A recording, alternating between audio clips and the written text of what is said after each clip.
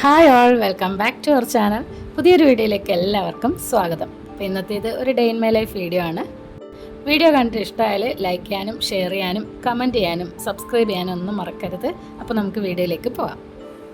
രാവിലെ എണീറ്റതാ, പ്രെയറും കാര്യങ്ങളും ഒക്കെ കഴിഞ്ഞു. അപ്പോൾ നേരം വെളുത്തിട്ടില്ല, അതുകൊണ്ട് തന്നെ കുറച്ച് നേരം കൂടി ഒന്ന് ഉറങ്ങാമെന്ന് വിചാരിച്ചു. വീണ്ടും കിടന്നു. കാരണം മക്കൾക്ക് ഇപ്പോൾ സ്കൂളൊന്നുമില്ല, സമ്മർ വെക്കേഷൻ ആണല്ലോ. അപ്പോൾ പിന്നെ പ്രത്യേകിച്ച് രാവിലെയുള്ള തിരക്കും കാര്യങ്ങളൊന്നുമില്ല, വളരെ പതുക്കെ കാര്യങ്ങളൊക്കെ ചെയ്താൽ മതി. അങ്ങനെ ഇതാ നേരം വെളുത്തതിന് ശേഷം മെല്ലെ എണീറ്റു. ഇനിയിപ്പം നേരെ മുകളിലേക്ക് പോയി. ടെറസിൽ എൻ്റെ ചെറിയൊരു കൊച്ചു ഗാർഡൻ ഉണ്ട് കേട്ടോ. വലിയ സംഭവങ്ങളൊന്നുമില്ല, കുറച്ച് ശംഖുപുഷ്പവും കുറച്ച് ചെടികളും പിന്നെന്താ പൂക്കളും ഒക്കെ നിറഞ്ഞ എൻ്റെ ഒരു കുഞ്ഞു ലോകം. അപ്പോൾ അതൊന്ന് നനച്ചു കൊടുക്കാമെന്ന് വിചാരിച്ചു. ഇപ്പം നല്ല വെയിലാണല്ലോ, അപ്പോൾ പിന്നെ വെയിൽ വരുന്നതിന് മുമ്പേ നനയ്ക്കലാണ് എൻ്റെ പണി.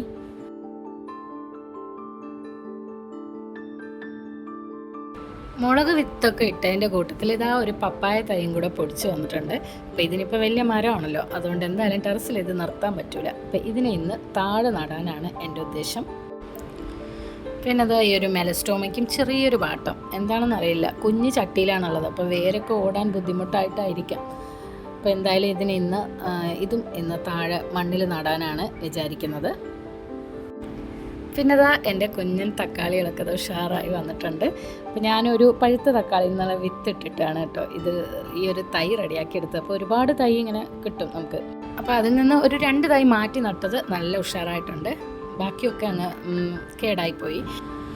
അപ്പോൾ ഇതാ ഒരു തക്കാളിയിൽ നിന്ന് ഞാനിതാ 3 തക്കാളി ഉണ്ടാക്കി എടുത്തിട്ടുണ്ട്. അപ്പോൾ എന്തായാലും ലാഭം തന്നെയാണ് ഗൈസ്. അപ്പോൾ നിങ്ങൾക്ക് എന്തായാലും ഗാർഡനിങ് ഒക്കെ ചെയ്യാൻ തുടങ്ങുമ്പം വിത്തൊന്നും കിട്ടിയില്ല എന്നൊക്കെ കരുതിയിരിക്കുന്നവർക്ക് ഒരു തക്കാളിയിൽ നിന്ന് തൽക്കാലം വിത്തെടുത്തിട്ട് ഇതുപോലെ ജസ്റ്റ് ഒന്ന് കുഴിച്ചിട്ടാൽ മതി. ഒരുപാട് തൈകൾ ഉണ്ടാക്കിയെടുക്കാം. ഇത് പിന്നെ ഈ ഒരു മുല്ല നമ്മുടെ മദർ പ്ലാന്റ് താഴെ മുറ്റത്തുണ്ട്. അപ്പോൾ അതിൽ നിന്ന് ഒരു കഷ്ണം പൊട്ടിച്ച് വെച്ചതാണ്. അപ്പോൾ അത് നല്ല ഉഷാറായിട്ടുണ്ട്. ഇപ്പോൾ ആദ്യത്തെ പൂവും അതിലുണ്ടായിട്ടുണ്ട്. പിന്നെ ഫ്ലവറിങ് പ്ലാന്റ്സിൽ എൻ്റെ ഏറ്റവും ഫേവറേറ്റ് ആണ് കേട്ടോ മുല്ല. അപ്പോൾ നിങ്ങൾക്കും അങ്ങനെ തന്നെയാണോ? കമൻറ്റ് ചെയ്യണേ. ഇത് പിന്നെ പച്ചക്കറിയോടൊപ്പം വാങ്ങിയ കുറച്ച് പുതിന കിട്ടിയിട്ടുണ്ടായിരുന്നു. അപ്പോൾ അതൊന്ന് കുഴിച്ചിട്ടതാണ്. അതും നന്നായിട്ടുണ്ടാവുന്നുണ്ട്. ഇപ്പോൾ കടുത്ത വേനലായതുകൊണ്ട് തന്നെ ഇപ്പോൾ ടെറസിൻ്റെ മുകളിലുള്ള ചെടികൾക്കൊക്കെ രാവിലെയും വൈകുന്നേരവും 2 നേരം വെള്ളം നനച്ചു കൊടുക്കും. ഇല്ലെങ്കിൽ പെട്ടെന്ന് തന്നെ കരിഞ്ഞു പോകുന്നുണ്ട്. അപ്പോൾ നമ്മുടെ വീട്ടിലുള്ള ഈ ഒരു റംബൂട്ടാൻ്റെ മരത്തിൽ ശരിക്കും പൂവുണ്ടാവുന്നുണ്ട്. ഓരോ വർഷവും പൂക്കുന്നുണ്ട്, കരിയുന്നു, പിന്നെയും പൂക്കും. അതാണ് അവസ്ഥ. അപ്പോൾ എല്ലാവരും പറയുന്നുണ്ട് ഇത് ആൺമരമാണെന്നൊക്കെ. അപ്പോൾ നിങ്ങൾക്ക് ഇതിനെപ്പറ്റി എന്തെങ്കിലും അറിയാമെങ്കിൽ കമൻറ്റിലൂടെ ഒന്ന് പറഞ്ഞു തരണേ. ഇപ്രാവശ്യവും ഇതിങ്ങനെ പൂ മാത്രമായിട്ട് കായ്ക്കാതെ പോവുകയാണെങ്കിൽ വെട്ടിക്കളയാനാണ് ഇവിടെ എല്ലാവരുടെയും പ്ലാൻ. അപ്പോൾ ഞാനത് ആ ഒരു റൂമിൽ നല്ല തണുപ്പാണ് കേട്ടോ റംബൂട്ടാൻ നിൽക്കുന്നതിൻ്റെ ആ ഒരു താഴെ. അപ്പോൾ അതുകൊണ്ട് മാത്രമാണ് അതിനെങ്ങനെ നിലനിർത്തി പോകുന്നത്. അപ്പോൾ രാവിലെ എണീറ്റ് കഴിഞ്ഞാൽ ഇപ്പം മെയിൻ പണി ഇതാണ്, ഗാർഡനിങ് എന്ന് പറയാൻ പറ്റില്ല. അതിനെ മുറ്റത്തൂടെ നടക്കുക, നമ്മൾ ചെടികളുടെയൊക്കെ പൂക്കളും കാര്യങ്ങളൊക്കെ നോക്കുക, അതിന് വേണ്ട കാര്യങ്ങളൊക്കെ ചെയ്തു കൊടുക്കുക.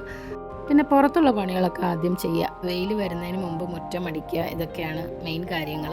അത് കഴിഞ്ഞിട്ടാണ് പിന്നെ വീടിനകത്തോട്ട് കയറിയിട്ട് ബാക്കി പണികളൊക്കെ ചെയ്യുന്നത്. അപ്പോൾ ഇതാ കുറേ നാളുകൾക്ക് ശേഷം നമ്മുടെ ആപ്പിൾ ചാമ്പയും പൂവിട്ടിട്ടുണ്ട്. അപ്പോൾ അവിടെ ഇവിടെ ആയിട്ടൊക്കെ കുറച്ച് കായകളൊക്കെ വന്നിട്ടുണ്ട്. ഒരുവിധം ഒന്ന് പാകമായി കഴിയുമ്പോഴേക്കും ഇതാണ് അവസ്ഥ. എന്തൊക്കെയോ കിളികളും വവ്വാലും ഒക്കെ തിന്നു പോവുകയാണ്. അപ്പോൾ നമുക്ക് ഇതിനിടയിൽ കൂടി 1-2 കിട്ടിയാലായി.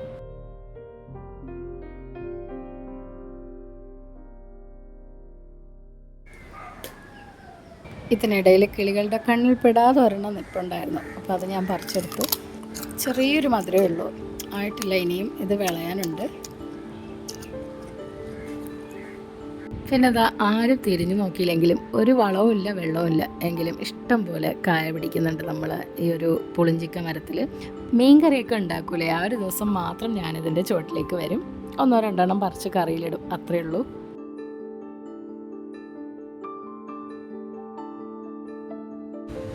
ഇനിയിപ്പോൾ മുകളിലൊരു പപ്പായ തൈ കണ്ടില്ലേ, അപ്പോൾ അതിനെ താഴെ കൊണ്ടുവന്നിട്ട് നടാൻ പോവുകയാണ്. അപ്പോൾ അതിന് വേണ്ടിയിട്ടൊരു കുഴി എടുക്കുകയാണ്.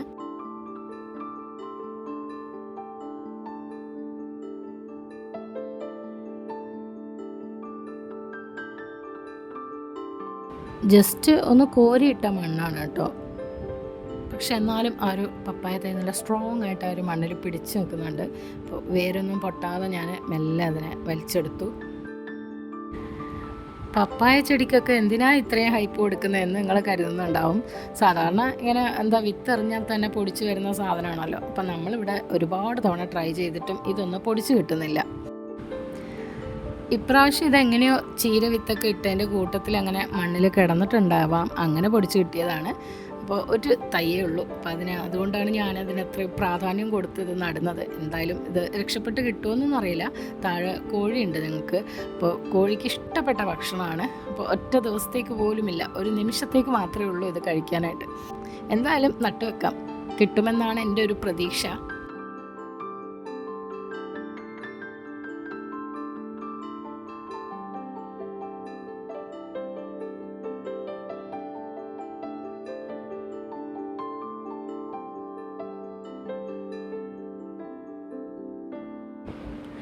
പിന്നെ ഇതാ നേരത്തെ ഞാൻ കാണിച്ചില്ലേ ഒരു ക്രിട്ടിക്കൽ സ്റ്റേജിലുള്ള ഒരു മെലസ്റ്റോമ.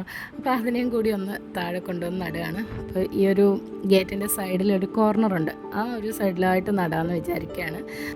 ഇവിടെ ആകുമ്പം അത് വളർന്നു കഴിഞ്ഞാൽ ഒരു കുഞ്ഞ് പൂമരം പോലെ അങ്ങനെ ഗേറ്റിൻ്റെ സൈഡിലായിട്ട് നിൽക്കുമല്ലോ എന്ന് വിചാരിക്കുന്നു. ഏതായാലും കുഞ്ഞുങ്ങളെ നോക്കുന്ന പോലെ ഇടയ്ക്കിടയ്ക്ക് ശ്രദ്ധിച്ചോണം, ഇല്ലെങ്കിൽ കോഴിക്ക് ഭക്ഷണമായി പോവും. അപ്പോൾ നമ്മുടെ ഈ ഒരു ചെടികളൊക്കെ അങ്ങനെയാണ് കേട്ടോ പോയത്. കോഴി ഉണ്ടായാൽ ചെടി ഉണ്ടാവില്ല. പിന്നെ കോഴികളെ നമുക്ക് അങ്ങനെ എപ്പോഴും അടച്ചിട്ടിട്ട് വളർത്താൻ പറ്റില്ലല്ലോ. ഇടയ്ക്കൊന്ന് തുറന്നു വിട്ട് കഴിഞ്ഞാൽ നമ്മളെ ശ്രദ്ധ തെറ്റിക്കഴിഞ്ഞാൽ ചെടികൾ മൊത്തം അകത്താക്കും. മെലസ്റ്റോമ ഇരുന്ന ആ ഒരു ചട്ടിയിൽ നിന്ന് പുറത്തെടുത്തപ്പോഴാണ് മനസ്സിലായത് നല്ലോണം വേര് വന്നിട്ടുണ്ട്. അപ്പോൾ വേര് പോകാൻ പറ്റാതെ ഇങ്ങനെ തടസ്സപ്പെട്ട് നിന്നതാണ്. അപ്പോൾ അതിൻ്റെ അളവിനനുസരിച്ചിട്ട് ഞാൻ കുഴിയുടെ ആഴം കൂട്ടി, എന്നിട്ട് കുറച്ച് ചാണകപ്പൊടിയും കൂടി ഇട്ട് കൊടുത്തിട്ട് അതങ്ങ് നട്ട് വെച്ചു. എന്നിട്ട് കുറച്ച് ഒന്ന് നനച്ചു കൊടുത്തോട്ടോ. അപ്പോൾ നട്ട ഉടനെ തന്നെ കുറച്ച് നനച്ചു കൊടുക്കുകയാണ്. അപ്പോൾ ഇന്നിനിപ്പോൾ വൈകുന്നേരം വീണ്ടും നനയ്ക്കണം, ഇല്ലെങ്കിൽ ഇത് മൊത്തം കരിഞ്ഞു പോകും. അപ്പോൾ എൻ്റെ മുറ്റത്തുള്ള പണികളൊക്കെ കഴിഞ്ഞ് ഞാനിത് കിച്ചണിലേക്ക് വന്നിട്ടുണ്ട്. അപ്പോഴേക്കും എല്ലാവരും എണീറ്റ് വന്നിട്ടുണ്ട്. പിന്നെ ഇപ്പോൾ ചായയും ബ്രേക്ക്ഫാസ്റ്റും ഒക്കെ റെഡി ആവണം.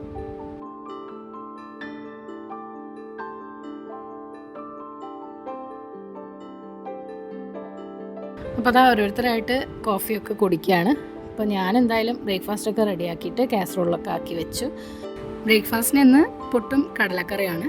അപ്പം പപ്പടവും ഉണ്ട് കൂട്ടിന്.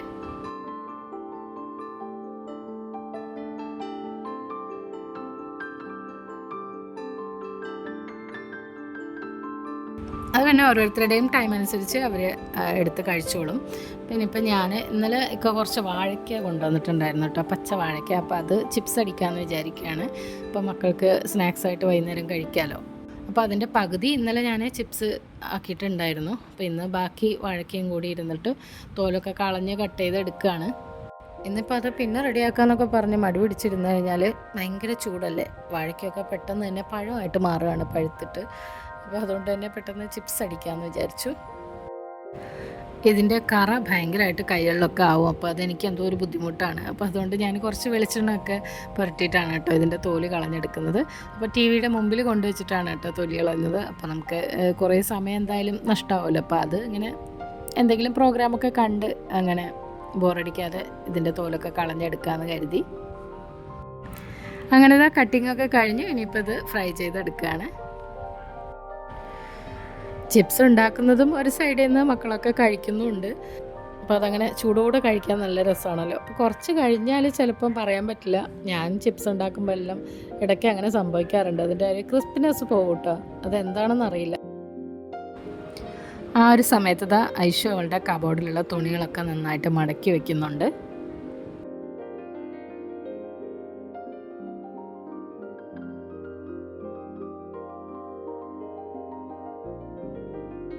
ഇനിയിപ്പോൾ കുറച്ച് കോഴികളുണ്ട്. അപ്പോൾ അതിനൊക്കെ ഒന്ന് തുറന്നു വിടണം, കുറച്ച് തീറ്റയും കൊടുക്കണം.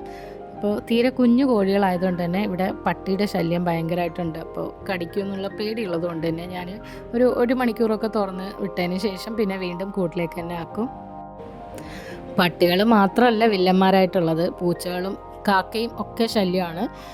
അപ്പോൾ അവരെ പുറത്താക്കിയതിന് ശേഷം കൂടൊക്കെ ഒന്ന് ക്ലീൻ ചെയ്യും. പിന്നെ അവരുടെ പാത്രങ്ങളും ഒക്കെ ക്ലീൻ ചെയ്തിട്ട് വെള്ളവും തീറ്റയൊക്കെ വെച്ച് കൊടുത്തതിന് ശേഷം മരുന്നും കൂടി കൊടുക്കും. അങ്ങനത്തെ പണികളൊക്കെ ഒരുവിധം കഴിഞ്ഞിട്ട് ഞാനിതാ റെസ്റ്റ് ചെയ്യണം. ആ ഒരു ടൈമിൽ മോളിതാ ഓയിൽ മസാജ് ചെയ്യണമെന്ന് പറഞ്ഞു വന്നിട്ടുണ്ട്. അപ്പോൾ ഞാൻ തന്നെ ഉണ്ടാക്കിയെടുത്തൊരു ഓയിലാണ് കേട്ടോ ഇത്. ഇതിൽ കറ്റാർ വാഴയും ചെമ്പരത്തിപ്പൂവും പിന്നെന്താ മൈലാഞ്ചി ഇലയും കറിവേപ്പിലയും ഒക്കെ ഇട്ടിട്ടുണ്ട്. പിന്നെ കുറച്ച് നെല്ലിക്കയും കൂടി ചേർത്തിട്ടുണ്ട്. അപ്പോൾ അത് നന്നായിട്ട് അരച്ചിട്ട് കാച്ചിയെടുത്തതാണ്. അപ്പോൾ ഇതൊരു അരമണിക്കൂർ തലയിൽ നന്നായിട്ട് മസാജ് ചെയ്ത് തേച്ച് പിടിപ്പിക്കുക. എന്നിട്ട് ഷാമ്പൂ എന്തെങ്കിലും യൂസ് ചെയ്തിട്ട് കഴുകിക്കളഞ്ഞാൽ മതി. ആഴ്ചയിൽ ഒരു 2 പ്രാവശ്യം ഇങ്ങനെ ചെയ്യണം. എങ്കിൽ മുടി കൊഴിച്ചിലും കുറയും, മുടി നന്നായിട്ട് വളരുകയും ചെയ്യും. ഇനി ഇതാ ഉച്ചക്കത്തേക്കുള്ള ലഞ്ചിനുള്ള പരിപാടികളാണ്. അപ്പോൾ ഇന്നിപ്പോൾ മക്കൾക്ക് ചോറൊന്നും വേണ്ട എന്നാണ് പറയുന്നത്. നോമ്പൊക്കെ കഴിഞ്ഞതിന് ശേഷം ഫുഡൊക്കെ കഴിക്കാൻ ഭയങ്കര മടിയാണ് എല്ലാവർക്കും. അപ്പോൾ ഇന്നിപ്പോൾ ഞാൻ എന്തായാലും ഫിഷൊക്കെ കിട്ടിയിട്ടുണ്ട്, കണവയും പിന്നെ കുഞ്ഞൻ മത്തിയൊക്കെ കിട്ടിയിട്ടുണ്ട്. അപ്പോൾ എന്തായാലും കപ്പ റെഡിയാക്കാമെന്ന് വിചാരിക്കുകയാണ്. കപ്പയും ഫിഷ് കറിയും നല്ല കോമ്പിനേഷനാണല്ലോ. അപ്പോൾ ഇതാ കണവ റെഡിയാക്കാൻ വേണ്ടിയിട്ട് ഐഷു എന്നെ ഹെൽപ്പ് ചെയ്യുന്നുണ്ട്. അപ്പോൾ ആ ഒരു ടൈമിൽ ഞാൻ കുഞ്ഞൻ മത്തിയൊക്കെ ഒന്ന് വെട്ടി ക്ലീൻ ചെയ്തെടുക്കുകയാണ്. മീൻ മുറിക്കുന്നതിനിടയിൽ ഇവിടെ ഓരോ കാര്യങ്ങൾ ഇങ്ങനെ ചർച്ച ചെയ്താണ് കേട്ടോ കട്ട് ചെയ്യണത്. അപ്പോൾ ഞാൻ പറഞ്ഞു കണവ എന്തായാലും നമുക്ക് റോസ്റ്റ് ചെയ്യാം എന്ന് പറഞ്ഞു. അപ്പോൾ മക്കൾ പറയാണ് കണവ റോസ്റ്റ് തന്നെയല്ലേ എപ്പോഴും കഴിക്കുന്നത്, അതുകൊണ്ട് നമുക്കിന്ന് ഫ്രൈ ചെയ്തെടുക്കാമെന്ന് പറയാം. അപ്പം ഫ്രൈ പിന്നെ ഇവിടെ പൊതുവെ ഞാൻ ഉണ്ടാക്കാറ് കുറവാണിപ്പം. എന്നാലും കണവ ഫ്രൈ ചെയ്തെടുത്താൽ നല്ല ടേസ്റ്റാണല്ലോ. അപ്പോൾ കുറച്ച് എന്തായാലും മക്കളുടെ ഇഷ്ടത്തിന് അത് ഫ്രൈ ചെയ്തെടുക്കാമെന്ന് കരുതി. പിന്നെ ബാക്കിയുള്ളത് നമുക്ക് കുറച്ച് തേങ്ങയൊക്കെ ഇട്ട് തോരൻ പോലെ വെക്കൂലേ, ആ ഒരു രീതിക്ക് തന്നെ ചെയ്തെടുക്കാമെന്ന് കരുതി. പിന്നെ ചെറിയ മത്തി അങ്ങനെ അവിയൽ പോലെ വറ്റിച്ചെടുക്കാമെന്ന് വിചാരിച്ചു.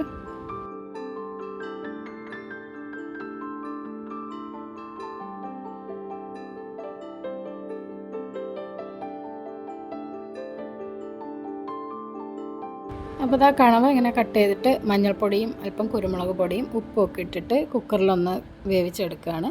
ഒരു 4-5 വിസിൽ വരുന്നത് വരെ വേവിച്ചെടുത്തിട്ടുണ്ട്.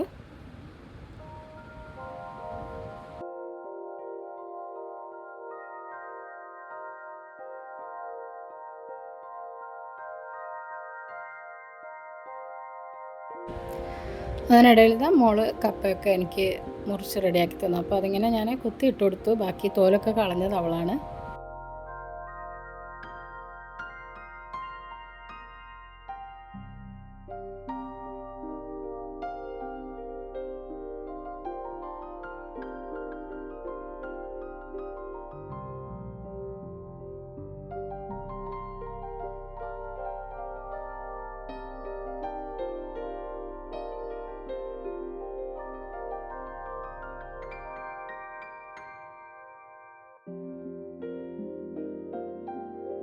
ഈ ഒരു കുഞ്ഞൻ മത്തി അവയിൽ വെക്കുന്നത് കാണിച്ചു തരാം. അപ്പോൾ ഞാൻ മുമ്പ് വീഡിയോയിലൊക്കെ കാണിച്ചിട്ടുണ്ട്. അപ്പോൾ ഇതിലേക്ക് 1 കപ്പ് തേങ്ങ ചേർത്ത് കൊടുത്തിട്ടുണ്ട്. പിന്നെ കുഞ്ഞുള്ളിയാണ് കേട്ടോ ആവശ്യം. 1 കൈപ്പിടിയോളം കുഞ്ഞുള്ളി ഇട്ട് കൊടുത്തിട്ടുണ്ട്. കാരണം കുറച്ചധികം മത്തി ഉണ്ടല്ലോ. അപ്പോൾ ഇതിലേക്ക് ഒരു 2 ടേബിൾ സ്പൂൺ മുളക് പൊടിയും കുറച്ച് മഞ്ഞൾപ്പൊടിയും ആവശ്യത്തിന് വെള്ളവും ചേർത്തിട്ട് അരച്ചെടുത്തിട്ടുണ്ട്. പിന്നെ ഇതിലേക്ക് പുളി പിഴിഞ്ഞൊഴിക്കുക. പിന്നെ ആവശ്യത്തിന് ഉപ്പും ഇട്ട് കറിവേപ്പിലൊക്കെ ഇട്ടിട്ട് അധികം വെള്ളമൊന്നും ചേർക്കാത്ത രീതിയിൽ ഈ ഒരു അരപ്പ് റെഡിയാക്കി എടുക്കാം. കാരണം നമ്മൾ ഒരുപാട് കറിയൊന്നും ഉണ്ടാക്കുന്നില്ല, ഒരല്പം നമുക്ക് കപ്പയ്ക്ക് കഴിക്കാൻ വേണ്ടി മാത്രം കുറച്ച് കറി റെഡിയാക്കി എടുക്കുകയാണ്. അപ്പോഴേക്കും നമ്മൾ കണവ വെന്ത് കിട്ടിയിട്ടുണ്ട്. അത് മാറ്റി കൊടുത്തിട്ട് ഈ ഒരു മത്തിയുടെ കറി ഞാൻ അടുപ്പിലേക്ക് വെച്ച് കൊടുത്തു. അതിലേക്ക് ഒരല്പം ഉലുവപ്പൊടിയും കറിവേപ്പിലയും കൂടെയാണ് കേട്ടോ ചേർത്ത് കൊടുത്തത്. അപ്പോൾ കറി നന്നായിട്ട് തിളച്ച് വരട്ടെ. ആ ഒരു ടൈമിൽ നമുക്ക് കപ്പയൊക്കെ ഒന്ന് കഴുകി കുക്കറിലേക്ക് ഇട്ട് കൊടുക്കാം.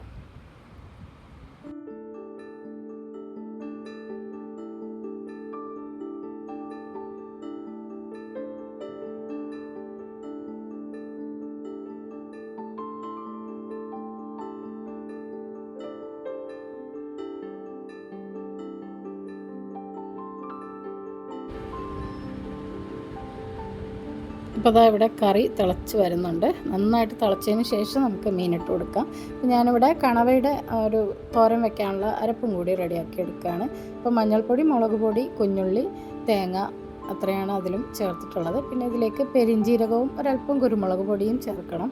അപ്പോൾ പെരിഞ്ജീരകത്തിലേക്ക് ഒരു മുഴുവൻ കുരുമുളക് കിടപ്പുണ്ട്, അപ്പോൾ അത് തന്നെ മതിയെന്ന് വെച്ചു. ഇനി ഇതിലേക്ക് ഒരല്പം വെള്ളവും ചേർത്തിട്ട് ഒന്ന് ചതച്ചെടുക്കുകയാണ്. അധികം അരഞ്ഞു പോകണ്ട. അതുകൊണ്ടാണ് കുറച്ച് വെള്ളം ഒഴിച്ചിട്ട് ഒന്ന് നമ്മുടെ ഒരു മിക്സിയുടെ പൾസ് ബട്ടണില്ലേ അതിൽ ഒരു 2 പ്രാവശ്യം ഒന്ന് കറക്കി എടുത്തിട്ടുണ്ട്. ഇനിയിപ്പോൾ ഒരു കണവത വെള്ളമൊക്കെ ഊറി ഇറങ്ങി വന്നിട്ടുണ്ട്. അപ്പോൾ അത് വെള്ളം ഒന്ന് വറ്റിച്ചെടുക്കണം, എന്നിട്ട് വേണം ഈ ഒരു അരപ്പ് ചേർത്ത് കൊടുക്കാൻ. അപ്പോൾ ഞാൻ പെട്ടെന്ന് ശ്രദ്ധിക്കാതെ അങ്ങ് ഇട്ട് കൊടുത്തതാണ്, അതുകൊണ്ട് കുറച്ചേ ഇട്ടിട്ടുള്ള അരപ്പ്, ബാക്കി അതുപോലെ ജാറിലിരിപ്പുണ്ട്. ഇനിയിപ്പോൾ ഈ ഒരു വെള്ളം നന്നായിട്ട് വറ്റിയതിന് ശേഷം ഇട്ട് കൊടുക്കുക. അപ്പോൾ ഇതാ നമ്മുടെ മീനിൻ്റെ അരപ്പും നന്നായിട്ട് തിളച്ച് വന്നിട്ടുണ്ട്. തിളച്ച് ഒരല്പം ഒന്ന് വറ്റി തുടങ്ങിയിട്ടുണ്ട്. ആ ഒരു ടൈമിൽ ഞാൻ മത്തിയൊക്കെ ഇട്ട് കൊടുത്തു. എന്നിട്ട് ഇട്ട പാടെ തന്നെ ഒന്ന് ഇളക്കി കൊടുത്തു. പിന്നീടാകുമ്പം പൊടിഞ്ഞു പോവും. നമ്മുടെ കപ്പയും കുക്കറിലേക്ക് ആക്കിയിട്ട് അത് മുങ്ങത്തൊക്കെ വെള്ളം വെച്ചിട്ട് ആവശ്യത്തിന് ഉപ്പ് ഇട്ടിട്ട് അത് വേവിക്കാൻ വെച്ച് കൊടുക്കാം. അപ്പോൾ നമ്മളെ മത്തി നന്നായിട്ട് തിളച്ചിട്ടുണ്ട്. ഒരു 1-2 മിനിറ്റ് തിളച്ചാൽ മതി. കുഞ്ഞു മത്തിയാണല്ലോ, അപ്പോൾ പെട്ടെന്ന് വെന്ത് പോവും. അപ്പോൾ ഒന്ന് കറക്കി അതുപോലെ വെച്ച് കൊടുത്തു.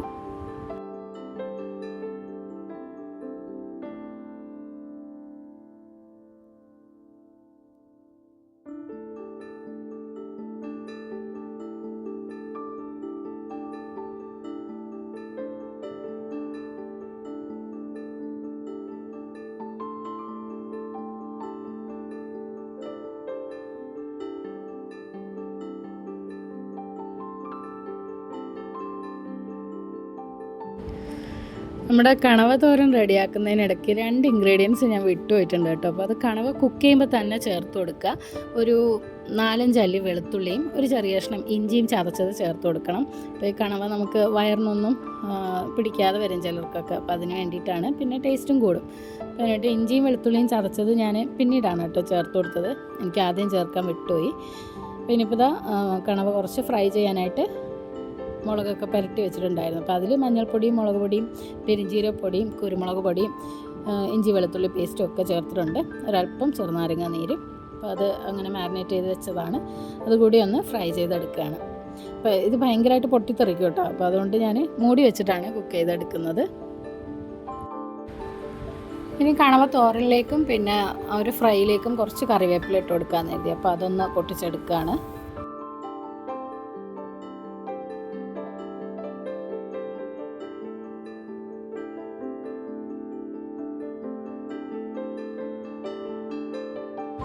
അപ്പോൾ നമ്മുടെ കണവത്തോരൻ്റെ വെള്ളമൊക്കെ വറ്റി സെറ്റായിട്ട് വന്നിട്ടുണ്ട്. അപ്പോൾ നമുക്കിതിലേക്ക് അരപ്പ് ചേർത്ത് കൊടുക്കാം. അരപ്പ് ചേർത്ത് കഴിഞ്ഞിട്ട് ഉപ്പിൻ്റെ ലേശം ഒരു കുറവുള്ളതുപോലെ എനിക്ക് തോന്നി. അപ്പോൾ ഒരു നുള്ളുപ്പ് കൂടി ഇട്ട് കൊടുക്കുകയാണ്. അപ്പോൾ സീ ഫുഡൊക്കെ ആയതുകൊണ്ട് പൊതുവെ ഉപ്പ് വളരെ അധികം ചേർക്കേണ്ട ആവശ്യമില്ല, കുറച്ച് മതിയാവും. പിന്നെ ഒരു തേങ്ങയ്ക്ക് ചെറിയ മധുരം ഉള്ളതുകൊണ്ടായിരിക്കാം ഉപ്പ് കുറവ് പോലെ എനിക്ക് തോന്നി. അപ്പോൾ ഞാൻ ഒരു നുള്ളുപ്പും ചേർത്ത് കൊടുത്തു. അപ്പോൾ നേരത്തെ ഇടാൻ വിട്ടുപോയ ഒരു ഇഞ്ചിയും വെളുത്തുള്ളിയും ഈ ഒരു സമയത്താണ് കേട്ടോ ഞാൻ ചേർത്ത് കൊടുത്തത്. അപ്പോൾ അതിൻ്റെ പച്ചമണം മാറുന്നത് വരെ ഒന്ന് വഴറ്റി കൊടുക്കുക. എന്നിട്ട് മൂടി വെച്ച് കുക്ക് ചെയ്തെടുക്കാം.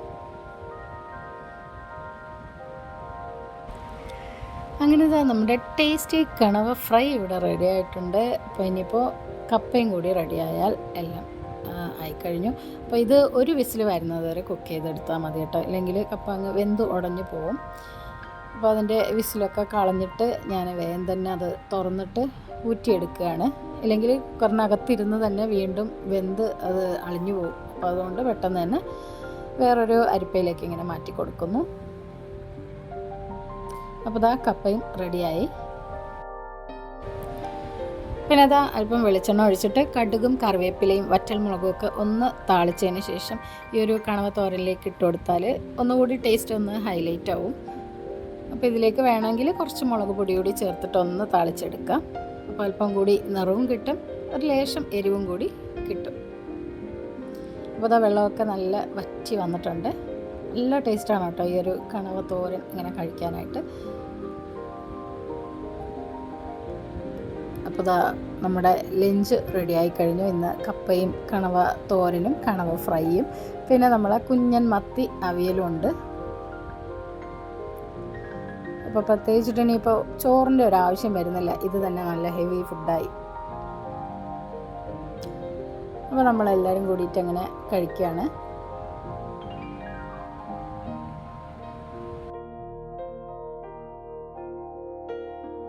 അപ്പോൾ ഇത്രയൊക്കെയാണ് ഇന്നത്തെ വീഡിയോയിലെ വിശേഷങ്ങൾ. നിങ്ങൾക്ക് വീഡിയോ ഇഷ്ടമായിട്ടുണ്ടെങ്കിൽ ഒന്ന് ലൈക്ക് ചെയ്യുക, പിന്നെ നിങ്ങളുടെ അഭിപ്രായങ്ങൾ കമൻറ്റ് ബോക്സിൽ അറിയിക്കുക. മറ്റൊരു വീഡിയോ ആയിട്ട് വീണ്ടും കാണാം. അതുവരേക്കും stay tune, take care, by.